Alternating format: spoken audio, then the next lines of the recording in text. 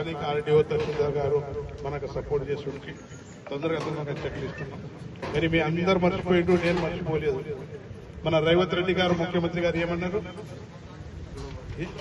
మర్చిపోయిండు మీరు అంతా. నేను యాడ్ చేస్తున్నా, తులం బంగారు ఇవ్వలేదు, ఆయన కూడా తప్పు లేదు. ప్రభుత్వ ఖజానాల డబ్బులు లేవని మున్పటి నుంచి అంటున్నాడు. ఆయన కూడా ప్రతిపక్ష నాయకుడిగా తులం బంగారి మా ఆడిపట్టుల కోసం కొట్లాడతాడు. ఈ సభాముఖంగా మీకు అందరికీ తెలియజేస్తున్నాను. అదేవిధంగా జొన్న కొనుగోలు కేంద్రాలు ఈరోజు ఇక్కడ స్టార్ట్ చేయడం జరిగింది. ఇక్కడ దాదాపు 2000 ఎకరాల ముతోళ్ళు మండల్లో జొన్న పంట ఉంది. బాసర్లో కేవలం 176 ఎకరాలే ఉంది. ఈ కేంద్రాలు కూడా